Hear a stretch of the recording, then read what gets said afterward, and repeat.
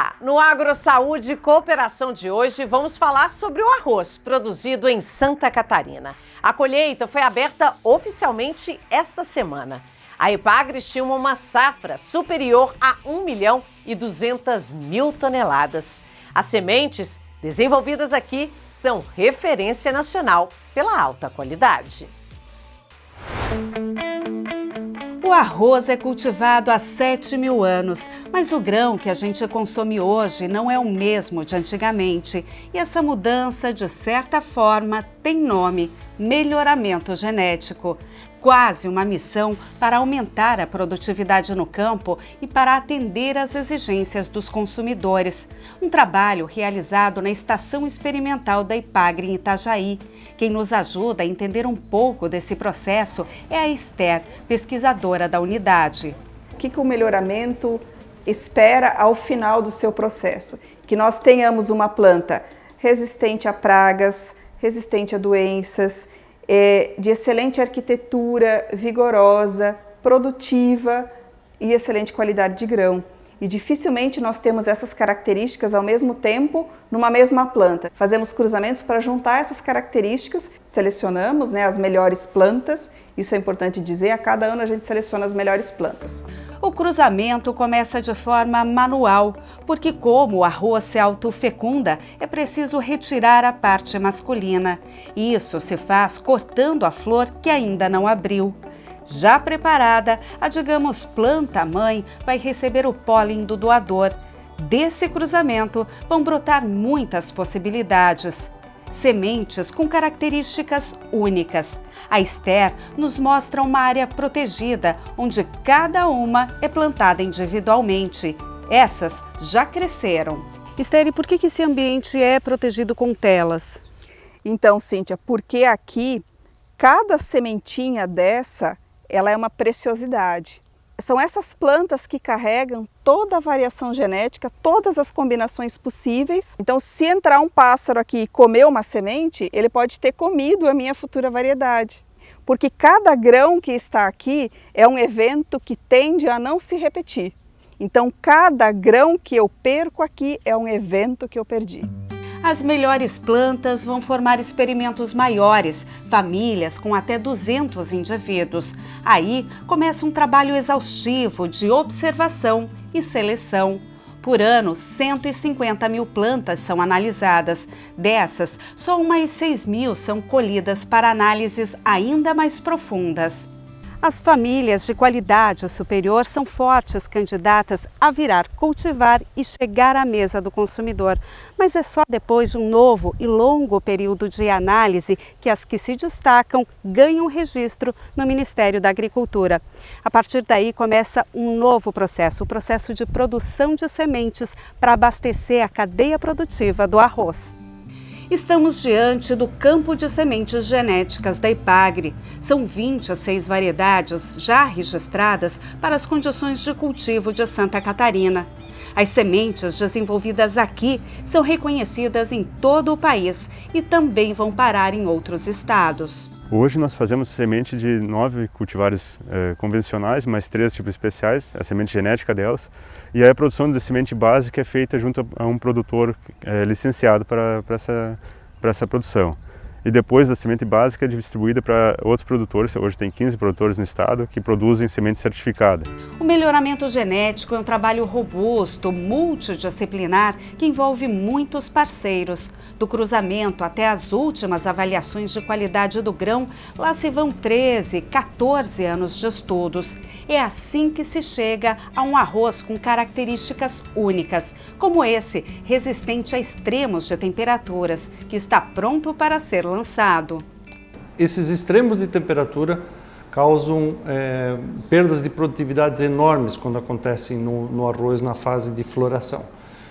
E nós estamos, como todos sabem, diante das mudanças climáticas, e esses extremos tendem a se agravar. A Epagri e a Embrapa, já pensando nisso muito cedo, já se preocuparam com isso e foram tentando buscar materiais genéticos tolerantes. O trabalho de pesquisa e a profissionalização do setor fizeram o arroz se multiplicar no campo. Para ter ideia, há cerca de 40 anos atrás, eram colhidos em Santa Catarina mais ou menos 2.400 quilos de arroz por hectare. Na última safra, a média na mesma área foi de 8.400 quilos. Esse salto gigantesco transformou a vida do produtor rural. Seguimos para Turvo, no sul do estado, onde as plantações dividem espaço com as casas. Ali encontramos Rogério D'Agostin, presidente da Associação dos Produtores de Sementes de Arroz Irrigado, que viu de perto essa evolução. A gente saiu aí das nossas terras produzindo aí no anos 76, anos 78, 80, produzindo 40, 50 sacos por hectare. Quando veio o sistema Provarge, a gente pulou para 80, 100 sacos por hectare. E hoje, graças a Deus, a gente atinge números com essa nossa tecnologia, novas variedades. Estamos atingindo aí números aí com 200, 220, 300 sacos por hectare. O sinal é indicativo do movimento de cooperação que existe entre toda a cadeia produtiva do arroz. Estamos em um dia de campo, dia de fazer a informação circular e chegar às mãos do produtor. Esse é um momento importante para o produtor rural. Hora de trocar experiências, conversar sobre o que está dando certo no arrozal, falar sobre os desafios da safra e, principalmente, conhecer as novidades do setor. E é isso que a gente veio fazer aqui hoje em Turvo. A gente veio ver de pertinho o que há de mais novo no segmento. Drones gigantes para facilitar a distribuição de nutrientes, máquinas cada vez mais adaptadas à colheita e estratégias de manejo como rotação de cultura para controle de pragas daninhas. Felipe, a gente está aqui em meio a um experimento. Aqui a gente tem soja, um pouco mais à frente a gente tem milho. Essa não é uma área alagada, mas aqui já se plantou arroz. Qual a importância de fazer essa rotação de cultura que, embora antiga, chegou recentemente a Santa Catarina? Isso vem basicamente para o controle de plantas daninhas. Como a gente pode ver aqui, a soja é uma cultura bem diferente, ela fecha toda a área, então não tem a incidência de luz lá no solo, a gente não tem a germinação mais tardia dessas plantas daninhas. E isso é uma ferramenta importante. A gente vai mexer em biologia do solo, em estrutura de solo, e aí isso vai ter alguns ganhos também quando a gente entrar com arroz. Essa transferência de conhecimento é fundamental para o produtor encontrar soluções para problemas reais dentro da propriedade. Tu tem na prática aqui, né? Tu não tem só a teoria. Então consegue achar o resultado, o melhor produto para a sua lavoura, acompanhando a tecnologia, a evolução da produção, né? É o conhecimento sendo transferido para os agricultores, né? Para desenvolver o agro precisa de outros profissionais antes dele que estudem, desenvolvam, aprendam e depois venham nos dizer como se fazer melhor o que já se sabia fazer. A cultura do arroz garante a segurança alimentar e nutricional da população. Aqui no estado são inúmeras variedades para atender o gosto do consumidor. Arroz com feijão. Para muitos, um casamento perfeito, base da alimentação de grande parte dos brasileiros. Há quem diga que não pode faltar no prato, mas hoje nossa dieta vai ser só de arroz. E não é para saciar a fome, é para conhecer um pouco mais sobre o que consumimos. O arroz é um grão que faz bem para a saúde. Quando a gente escolhe colocar arroz no prato, a gente garante minerais como ferro e potássio e carboidrato, uma importante fonte de energia para o corpo e para a mente realizarem suas atividades. Eu estou aqui com o Leonardo, que é nutricionista. Leonardo, quais os benefícios do arroz? O arroz é a principal fonte de energia, né? Então ele possui bastante carboidrato, que faz com que a gente tenha energia e disposição para fazer as nossas atividades do dia a dia. Além disso, ele possui fontes de vitaminas e minerais que são essenciais para o funcionamento do nosso corpo, como a vitamina A, magnésio e ferro e potássio, como você bem mencionou. A única recomendação, assim como para quase tudo, é não exagerar no consumo. A quantidade ideal varia de acordo com o perfil de cada indivíduo, mas 2 colheres são bem-vindas. Agora, é importante fazer a combinação certa. Tradicional, essa aqui, né? Exato. Arroz com feijão, que é uma delícia, eu, por sinal, gosto muito. Quais são as outras combinações? Exatamente, Cíntia. A combinação do arroz com feijão, ela é a mais querida dos brasileiros e ela não é à toa, porque ela traz benefícios nutricionais também pra gente. O arroz, ele tem um aminoácido, que ele é rico em metionina, que ela auxilia na produção e no fortalecimento dos nossos músculos, e o feijão ele possui a lisina, que complementa essa atividade do nosso corpo para fazer funcionar com a produção de colágeno e também a produção óssea, né? Então, um é rico em um e o outro é rico no outro. Então, junto eles fazem essa combinação perfeita. A versão integral, além de saborosa, possui uma boa quantidade de fibras e garante ainda mais saciedade. Mas qual você prefere? Integral, branco ou parboilizado? O arroz branco, aquele que fica mais empapado quando a gente cozinha, já foi arroz integral um dia. Essa característica, na verdade, está ligada ao processamento do grão, que é descascado e polido para retirar o farelo, uma espécie de membrana que envolve o arroz. E talvez você não saiba, mas o parboilizado, esse aqui que está no meu prato e que é famoso por ficar mais soltinho, também é o mesmo arroz. Só que nesse caso, ele passou por um processo de pré-cozimento antes mesmo de ser empacotado. Silvério trabalha com arroz há 54 anos. É um expert no assunto. Ele nos explica por que o parboilizado é mais saudável. Segundo ele, o grão é imerso com casca em água quente por 6, 8 horas. Isso faz com que ele absorva propriedades nutricionais que estão no farelo. Aquele grãozinho de arroz lá que está bastante seco, ele absorve a água que está na parte exterior. Enquanto ele está absorvendo, então está entrando a água para a parte do grão, ele está passando por essa película de farelo, né? E as vitaminas são hidrossolúveis. E o que acontece? A água vai carreando para dentro desse amido as vitaminas que estavam no farelo e também os outros micronutrientes, né? Outros micronutrientes importantes, como ferro, potássio, fósforo. E aí o grão, ele depois é retirado dessa água e ele vai para a secagem, para outro processo de secagem. Esse processo de secagem é um tubo, na verdade, né, de 9 metros de comprimento, com uma temperatura muito elevada. A temperatura externa ela está entre 480 e 520 graus, e o grão, ele passando por dentro desse tubo, recebe esse choque térmico. Então o grão de amido, né, que é o arroz, ele sofrendo esse choque térmico, ele quebra as cadeias do amido e com isso ele trava, né, todas aquelas vitaminas e micronutrientes que entraram, deixa ali dentro. Então por isso que ele é muito mais rico do que o grão do arroz branco. De domingo a domingo, dá para consumir arroz sem repetir a receita. Isso porque o grão oferece diversas possibilidades de uso, como acompanhamento ou prato principal, na forma de farinha ou macarrão. A escolha é uma questão de gosto e de receita. E para quem quer variar, tem ainda grãos mais curtos para risoto e arroz vermelho e preto. A cor está no arroz ou na casca? Ambos, tanto do preto quanto do vermelho, a cor ela está na membrana que fica entre a casca e o grão mesmo do arroz, o grão de amido, que é chamado de pericarpo. Então não é o grão que é vermelho ou preto? Não. Tanto é que se esse grão passar pelo processo de polimento, nós teremos um arroz branco normal.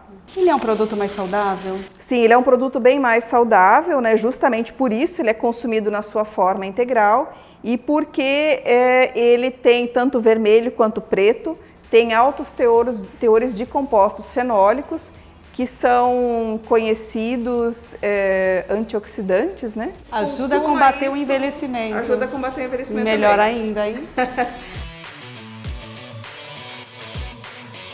Do plantio até a distribuição, o caminho que o arroz percorre é longo. Além disso, hoje ele garante a sustentabilidade e o abastecimento de água onde você menos imagina. Nosso destino agora é Massaranduba, essa cidade tranquila e quente. Município que está entre os maiores de Santa Catarina quando o assunto é volume de produção de arroz. Chegamos à propriedade do Marcos Borchardt quando a colheita já iniciou. São 170 hectares dedicados à cultura. Ano passado, o Marcos colheu 8.500 quilos por hectare, um volume acima da média. E este ano, a previsão é ainda melhor. Esse ano supera as últimas duas, né? O que contribuiu para isso? O clima? O clima não estava muito favorável, a gente achou que ia dar pouco, mas superou, né? Vai dar boa a safra esse ano. O caminhão que está enchendo na propriedade do Marcos vai se juntar a tantos outros na fila da cooperativa. Uma indústria grande que faz o que um produtor sozinho dificilmente conseguiria. São 120, 130 caminhões por dia em período de safra. Carga que chega de longe e de perto. Esse arroz veio de São João do Itaperiú, comunidade de Porto do Itaperiú. Dá mais ou menos quantos quilômetros daqui? 30 a 35 quilômetros. É de vários associados. Vários associados, é. E para assegurar a qualidade do arroz, muita coisa acontece em indústria dentro. Já na entrada, uma amostra da carga é coletada. São vários pontos diferentes para verificar os grãos. A gente tem esse controle de amostragens individuais por produtores, onde a gente determina a impureza, a umidade, entram nas secadoras e assim que chega no setor de classificação, a gente faz a classificação uma a uma, porque cada solo é diferente, cada produtor é diferente, então a gente tem que ser justo e correto com cada um deles. Em seguida, o arroz é descarregado e passa pela pré-limpeza para retirar as impurezas que vêm da lavoura. Depois, o arroz é seco para reduzir a umidade e armazenado em silos gigantescos à espera do beneficiamento, que acontece conforme demanda do mercado. No caso do arroz parboilizado, os grãos passam por um processo de pré-cozimento antes do beneficiamento. Com casca, são imersos em água a altas temperaturas. Máquinas ultramodernas fazem um raio-x dos grãos. Uma questão que eu observei caminhando durante o dia de hoje, eu não vi o arroz sendo levado de um lado para o outro. Quer dizer, depois de descarregar, vocês não têm mais contato com esse arroz. Ele passa por tubulações, como é que funciona isso? Através da automação que nós implantamos aqui na indústria, né, nós temos todo um sistema monitorado e nós não temos nenhum contato manual ou contato com o grão de arroz dentro da indústria, principalmente no beneficiamento, que é após a retirada da casca do produto. Isso é importante para não haver contaminação cruzada, é uma garantia para o consumidor. Quando nós investimos em tecnologia, eu tenho uma padronização de produto, eu tenho uma rastreabilidade, né, que eu consigo padronizar o nosso produto. E essa padronização, essa rastreabilidade é uma segurança alimentar, tanto para a indústria como para o consumidor final. Caminhando pela indústria, a gente descobre boas práticas de fabricação. A casca, que representa 20% do peso do grão, passou a ser utilizada como alternativa energética sustentável. A casca, resultado do beneficiamento do arroz, que antes era descartada, se tornando quase um problema ambiental, agora tem destino certo. Compactadas em forma de briquetes, elas fornecem energia para o processo de produção, aquecendo a água nas fornalhas e gerando calor nas estufas. A cooperativa, que queimava 4.000 metros de eucalipto por safra, não utiliza mais madeira. Outra curiosidade desse processo todo é que a cinza, resultado da queima da casca de arroz, vira substrato e segue para floriculturas e grameiras aqui da região. Ou seja, tudo é 100% utilizado. De Massaranduba, a gente segue viagem para Balneário Camboriú, cidade badalada, lugar de belas praias, arranha-céus e muitos, mas muitos turistas. Estamos na chamada Dubai Brasileira, lugar onde a especulação imobiliária cresceu muito nos últimos tempos. A população gira em torno de 150 mil pessoas, mas durante dezembro e janeiro, mais de 1 milhão de visitantes passam por aqui, número que também cresce durante o carnaval. Cada metro quadrado é disputado. Agora você deve estar se perguntando o que é que isso tem a ver com a cadeia produtiva do arroz. Para te explicar, a gente vai até o município vizinho, Camboriú. Como na maior parte do Brasil e em Camboriú, o arroz é cultivado no sistema irrigado. Para isso, o solo é coberto com uma lâmina d'água. É nesse ambiente que a planta cresce e se desenvolve.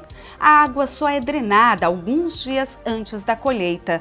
Durante a maior parte do ciclo, as quadras de arroz formam espécies de piscinas, praticamente reservatórios de água.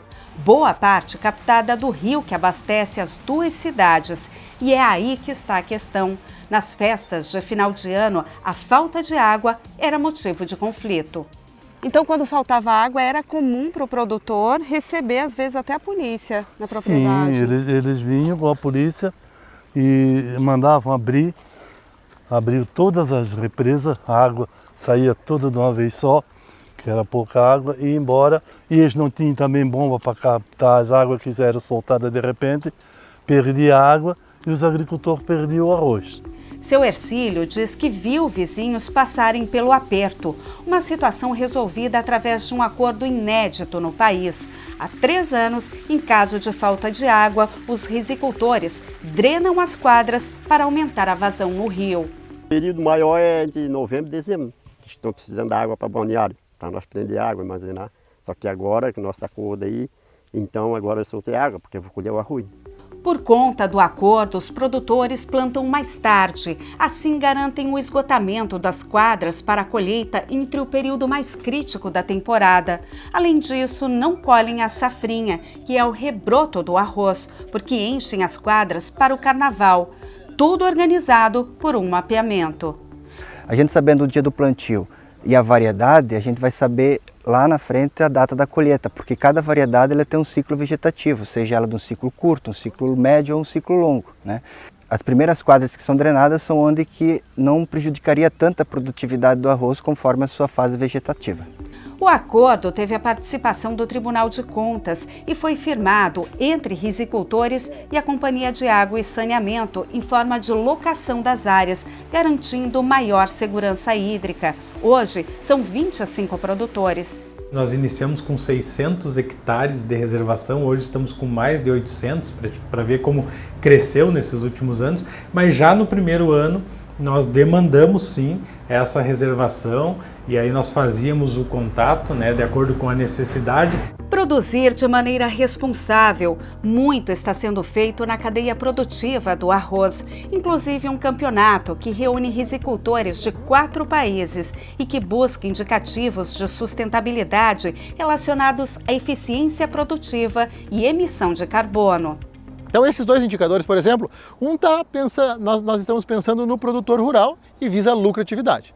O outro, nós pensamos na sociedade, que gostaria de ir na prateleira do supermercado e ter uma informação muito clara. Qual foi o arroz que impactou menos o meio ambiente para produzir 1 quilo de grão? Então com esses 2 indicadores, nós conseguimos, por um lado, atender a demanda do produtor e, por um outro lado, atender a demanda da sociedade, que é produzir mais alimentos com menos impacto ambiental.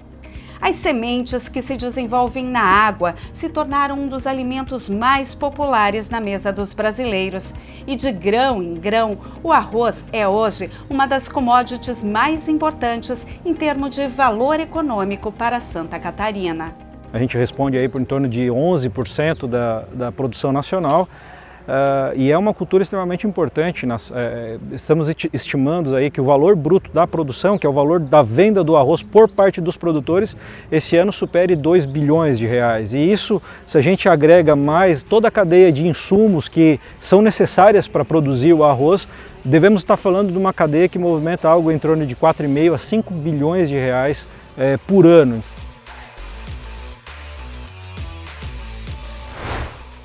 O programa de hoje termina aqui, mas tem muito mais para a próxima semana.